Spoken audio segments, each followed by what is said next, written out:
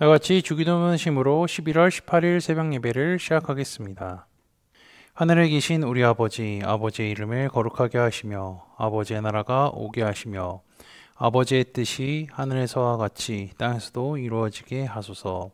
오늘 우리에게 일용할 양식을 주시고 우리가 우리에게 잘못한 사람을 용서해 준 것 같이 우리 죄를 용서해 주시고 우리를 시험에 빠지지 않게 하시고 악에서 구하소서.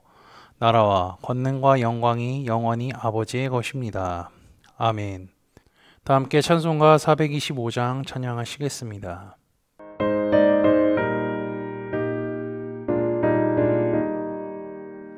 주님의 뜻을 이루소서.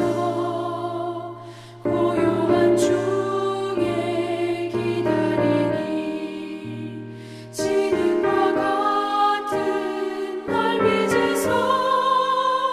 주님의 영성 만드소서. 주님의 뜻을 이루소서. 주님 발 앞에 엎드리니 나의 맘속을 살피시사 눈보다 이게 하옵소서. 주님의 뜻을 이루소서. 병들어 몸이 피곤할 때 권능의 손을 내게 펴서 강건케 하여 주옵소서. 주님의 뜻을 이루소서. 온전히 나를 주장하사 주님과 함께 동행함을 만민이 알게 하옵소서.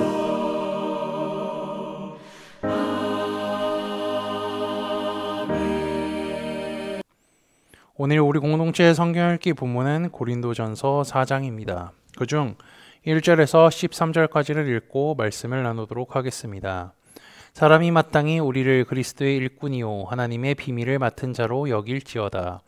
그리고 맡은 자들에게 구할 것은 충성이니라. 너희에게나 다른 사람에게나 판단받는 것이 내게는 매우 작은 일이라. 나도 나를 판단하지 아니하노니 내가 자책할 아무것도 깨닫지 못하나 이로 말미암아 의롭다함을 얻지 못하노라. 다만 나를 심판하실 이는 주시니라. 그러므로 때가 이르기 전 곧 주께서 오시기까지 아무것도 판단하지 말라.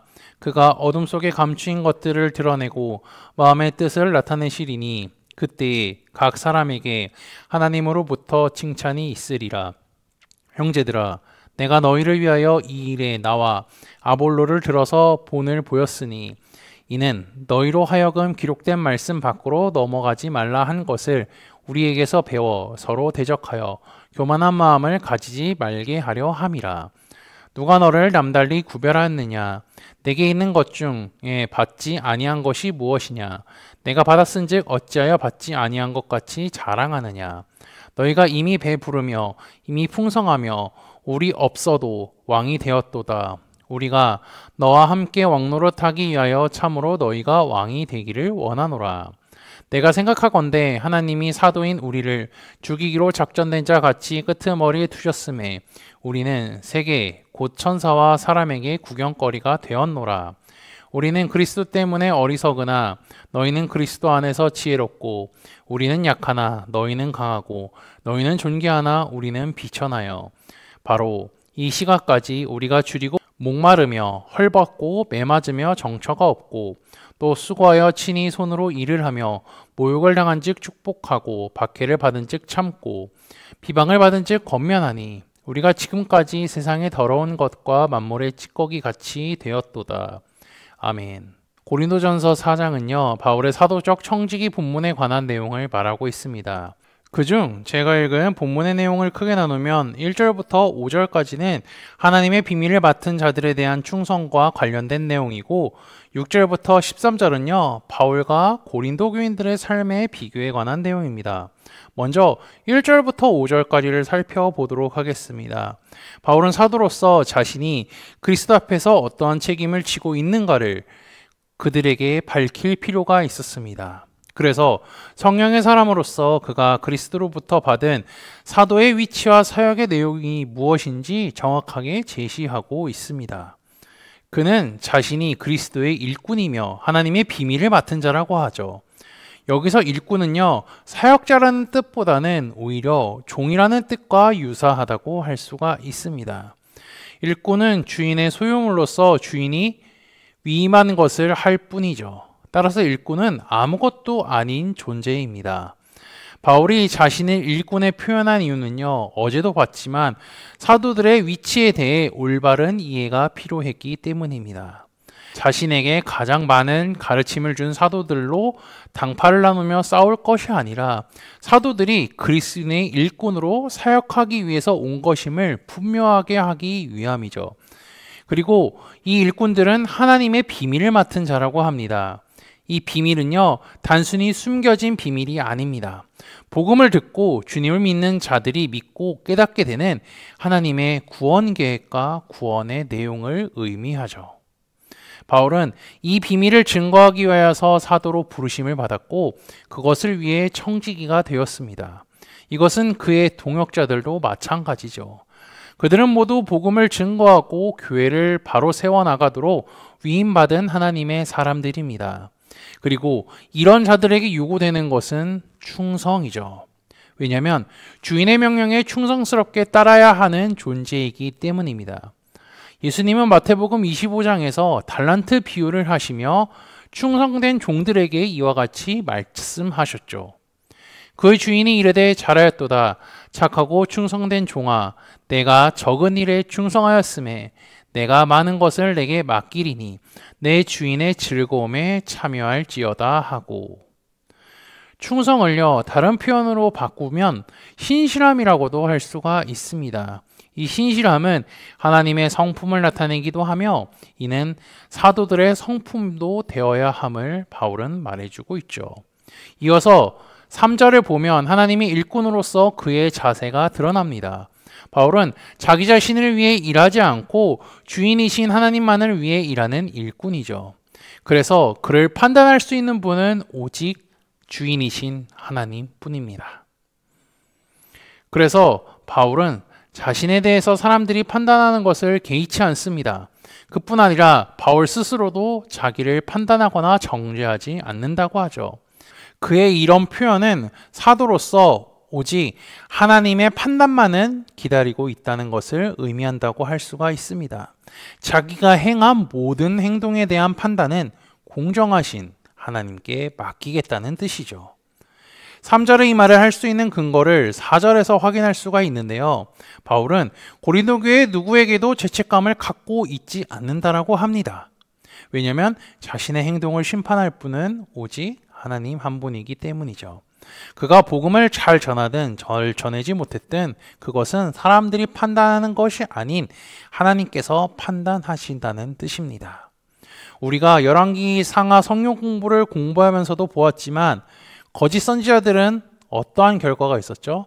하나님의 심판을 받았습니다. 그와 반대로 참된 선지자들은 어떻게 했죠? 하나님께서 그들을 지키시고 보호하시며 함께 하셨습니다. 이처럼 바울은 자신의 신실함을 판단하는 분이 오직 하나님이라는 것을 강조하고 있죠. 그래서 주님이 다시 오실 때까지 아무도 판단하지 말고 기다리라고 합니다. 왜냐하면 주께서 다시 오실 때에 그 마음에 품은 것들을 드러낼 것이기 때문이죠. 이 내용을 로마서 2장에서도 이야기하고 있는데요. 제가 한 구절을 읽어드리겠습니다. 곧 나의 복음에 이른 바와 같이 하나님이 예수 그리스도로 말미암아 사람들의 은밀한 것을 심판하시는 그 날이라. 주께서 다시 오셔서 심판하실 때에 각 사람들의 모든 것을 심판하실 것이며 그때에는 모든 것이 하나도 숨김없이 다 드러난다는 것입니다. 이제 그 다음 6절에서 13절을 보면 바울과 고린도 성도들의 삶을 비교하고 있죠.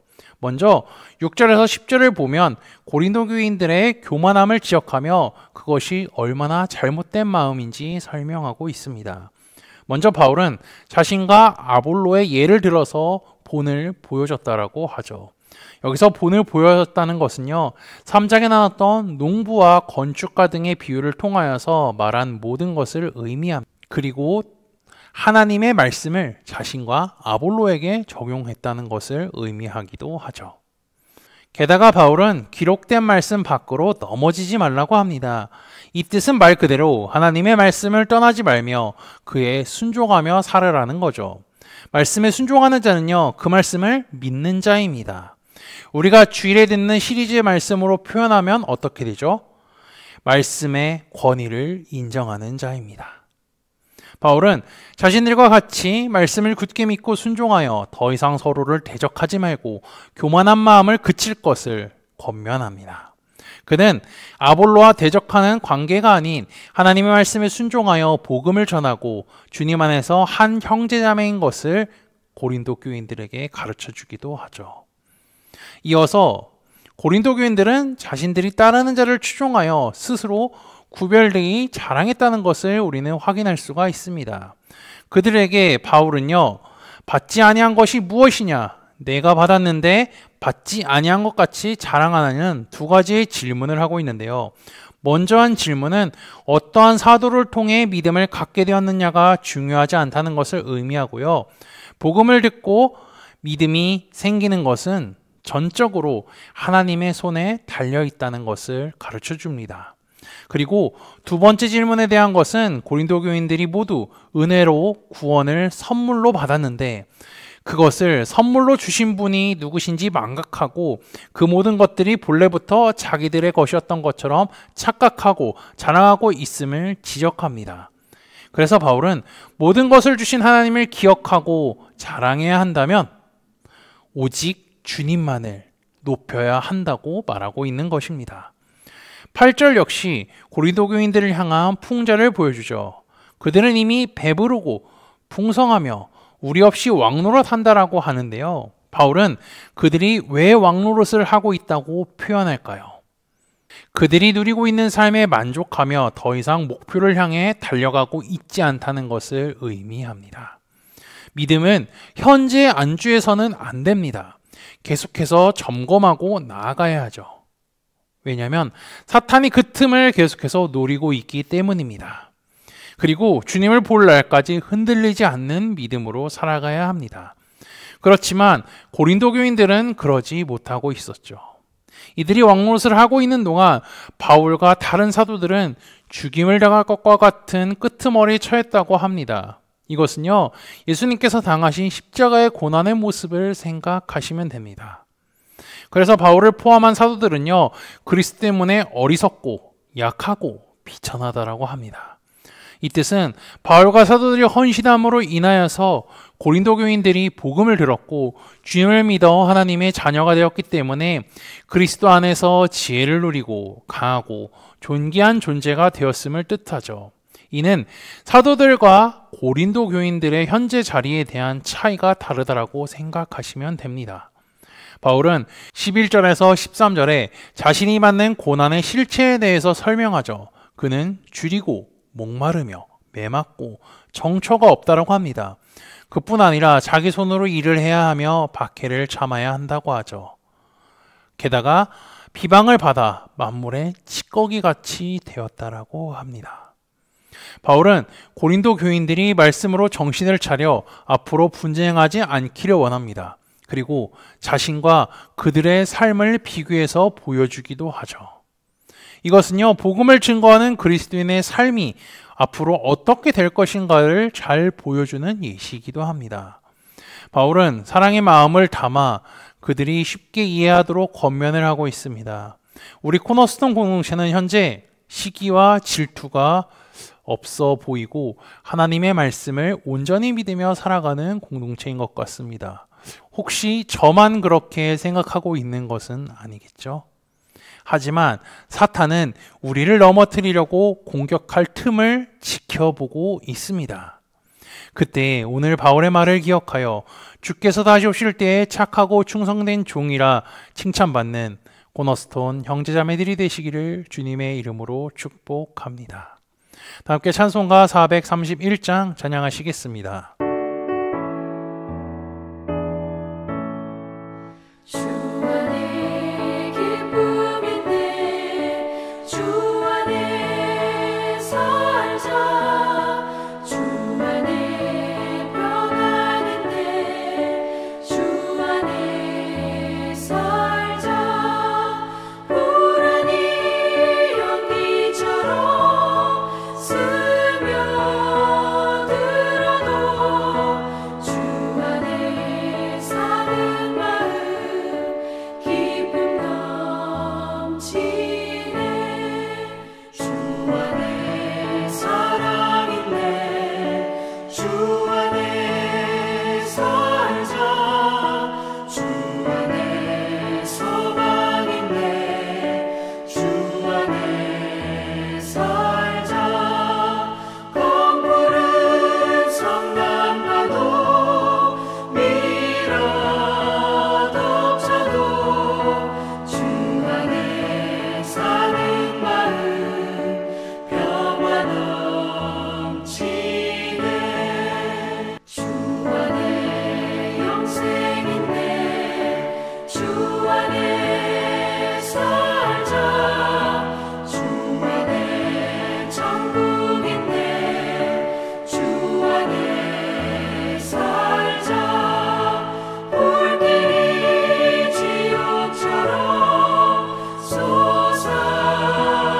솟아올라도 주 안에 사는 마음 생명 넘치네 다 함께 기도하시겠습니다. 만물의 주제이신 전능하신 하나님 아버지, 이 시간 주님께 나와 찬양과 경배를 올려드립니다. 매일 찬양과 말씀을 통해 아버지의 은혜를 깨닫게 하시고 말씀을 통해 주님을 더욱 알아가는 시간을 주심에 감사합니다. 이 세상을 살아갈 때에 주님의 말씀을 굳게 붙잡아 흔들리지 않는 믿음으로 세상을 살아가게 인도하여 주옵소서. 바울은 자신과 사도들이 그리스도인의 일꾼이며 주님께 충성을 해야 함을 고백하였으며 오로지 자신을 판단하고 심판하실 수 있는 분은 하나님이라 말했습니다. 그는 서로를 시기하고 질투하는 고린도 교인들을 향해 그들이 받은 구원의 은혜를 기억하며 하나님께서 왜 사도들을 보내셨는지 은혜를 주신 분이 하나님이시라는 사실을 기억하라고 하였습니다. 아울러 주님을 믿는 자에게 고난이 동반함을 가르쳐 주었으니 날마다 믿음을 점검하며 살아가는 우리가 되게 인도하여 주옵소서. 지난주 말씀을 기억하며 기도합니다.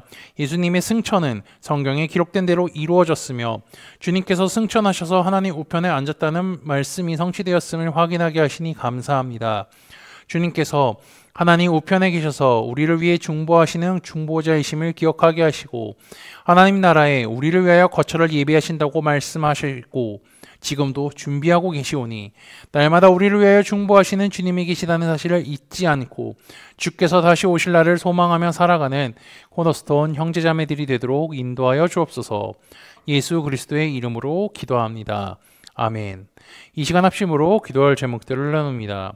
먼저 깨어있는 신앙과 하나님 나라를 사모하고 주님의 다시 오심을 기다리며 살도록 기도하시고 지금 당하고 있는 어려움을 극복할 수 있는 믿음과 지혜를 위해 기도하시기 바랍니다. 교회를 이끌어 가시는 사랑하는 담임 목사님과 사역자들을 위해 기도해 주시기 바라며 매주 진행되는 화요 성역 공부와 모교 목회자 세미나를 위해 소그룹원들을 위해 환우의 건강과 회복을 위해 각자 가지고 계신 기도의 제목들을 놓고 기도하시기를 바라며 오늘도 주 안에서 승리하십시오.